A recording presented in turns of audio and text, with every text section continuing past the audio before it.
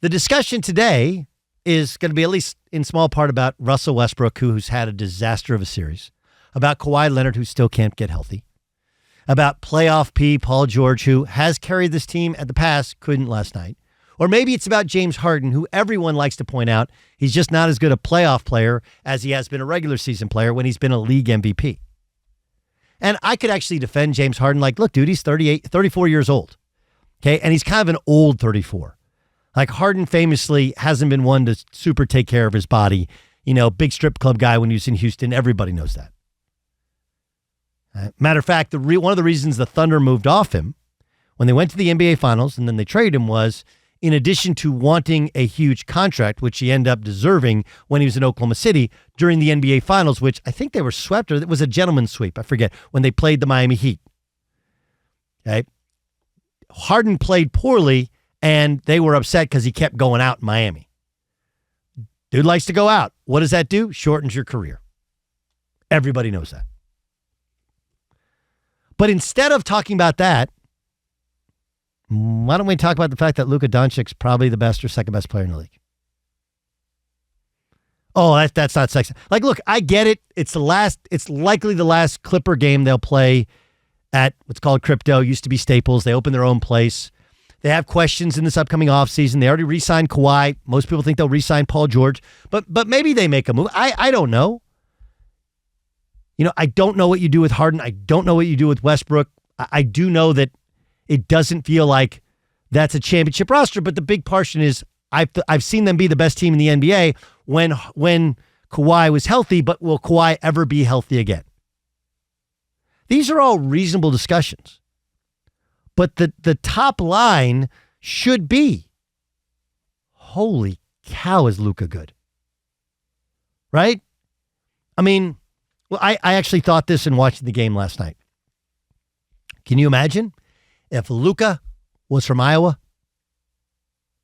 No, I'm serious. If Luka was from Iowa, right? He looks like, if you didn't know, if his last name wasn't Doncic, right? If it was Luka Powell, Luka Green, he looked exactly the same, played exactly the same, only he was from Des Moines, Iowa. Would we then be talking about the fact that he had 35 points, 10 assists, 7 rebounds, 1 steal, 2 turnovers, 14 of 26, didn't shoot the 3 terribly well, doesn't blow by anybody, but goes by people? He's like Paul Pierce. You're like, how does he do it? And yet, he was far and away the best player on the basketball floor last night. Complete control. He's so good that Kyrie Irving, who, and by the way, Kyrie, who I kind of like how he's playing with this team. And Kyrie didn't shoot the ball well last night. But Kyrie Irving will take a subsidiary role to him and just let Luka do his thing most of the game. That sacrifice of ego, one, shows growth from Kyrie, but also shows he knows how good that dude is. But that's not part of the discussion today, right? It's James Harden was 2 of 12 and a minus 25. Right? That Paul George was 4 of 13. Russell Westbrook was 2 of 11. Yikes. And they got beat by they got 30-pieced at home. 30-pieced at home. So maybe it's just me dealing with the reality of that's how we view sports now, and we always side with the negative, and maybe that's how we've always dealt with media, with any story, with news stories as well. We always, if it bleeds, it leads. I get it. But holy cow, is Luka Doncic good. Right? Like, all the same pressure is on Luka. And it would be fair to say that, let me just read you something real quick, okay? Which is a better roster? Okay, I know Kawhi didn't play last night. And I understand that James Harden is 34, so he's a little bit older. But James Harden, Paul George, Russell Westbrook, right, along with Trey Mann and Zubac. Zubac actually played well. And Trey Mann. Or Luka and Kyrie, okay?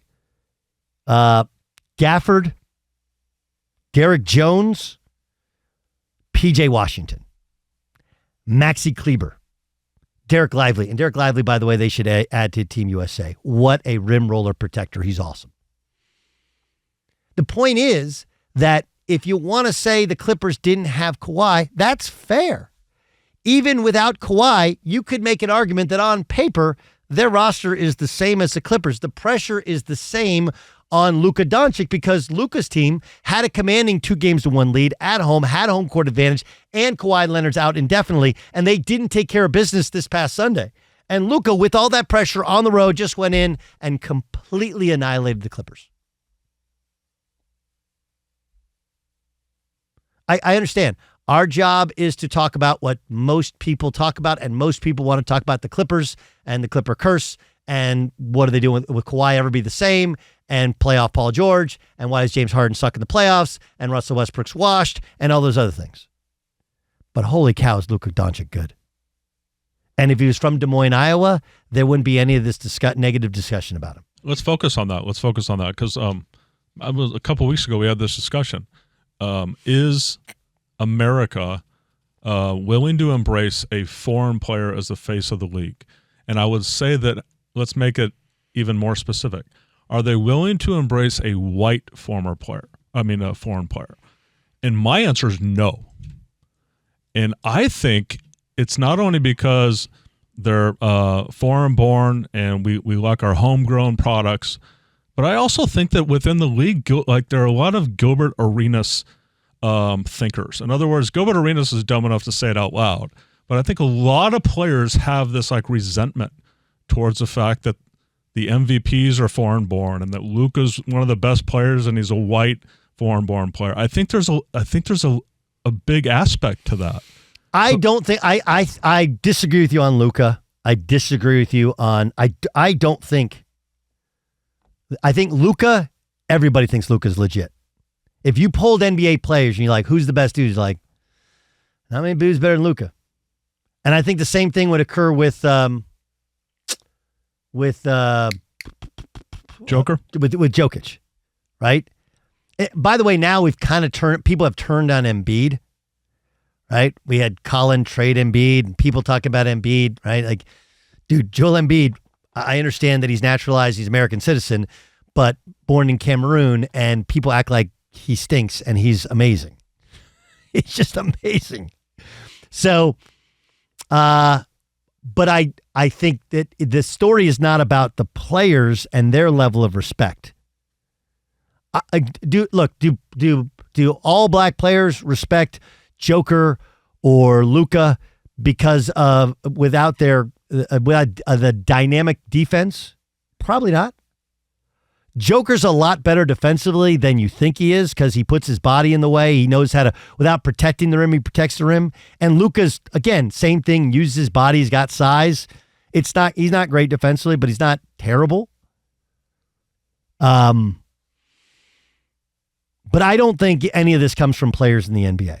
Former players, some, maybe an offhand player or two or whatever. But I think this is a fan thing. I think fans have it ingrained in their head that the black player is the best player and the white player is not. And Luka plays in a way, and it really is similar. It's Larry Bird meets Paul Pierce meets, I think it's the combination of those two, and then you make him into like a point guard. Right? Meets kind of like James Harden in terms of how much he can dominate the basketball. But it's an amazing thing to watch his footwork. It's an amazing thing to watch him get off that step back. Everybody knows it's coming, and he still gets it off. He didn't shoot it well last night, and he still, again, can you play well when you're not shooting well? Yes. I just marvel at him. He's way bigger than you think. He's way more athletic than you think. He's way tougher than you think. And he is not bothered by the moment at all. And we can talk about all the pressure on the Clippers. There was just much pressure on Luka last night.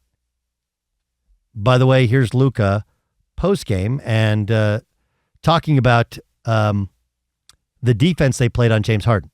So game 4, James Harden got 33. Today, you guys locked him down to 7 points. What's something different or something special that you guys did from game 4 to game 5? I think D. Jones and PJ, they play great defense.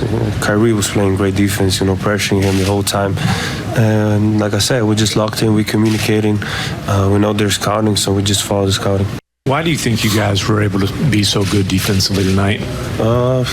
I think we did a great job in a lot of games. There was, I think, 2 halves that we didn't play good defensively, but everybody's on the same page on defense. We're talking, we know what other players like to do, and we just watch a lot of film, we watch scouting, and we just focus. And I think the communication we have on defense is the key, and the energy.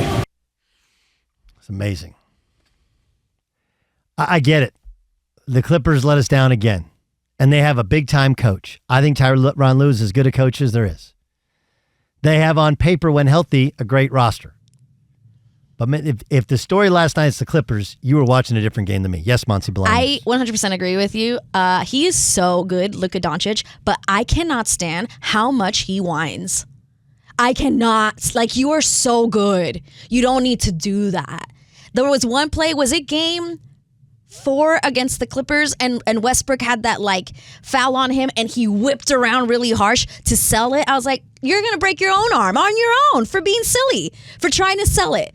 That's the one thing I wish he wasn't doing. He's very Euro in that. He's very Euro in that. And that's and you're probably right, but he's so good. He's I get it. I understand the complaining. I mean, LeBron and you're fair. Just, LeBron complains. Just as much. This is it. Yeah, LeBron is just as bad, if not worse. Right. Yeah, I just wish he wasn't like that. But you're right, European. Yeah. Yeah. But he's like constant. Feels like he's constantly having a conversation with the other team. Constantly. With the fans, whatever. Yeah.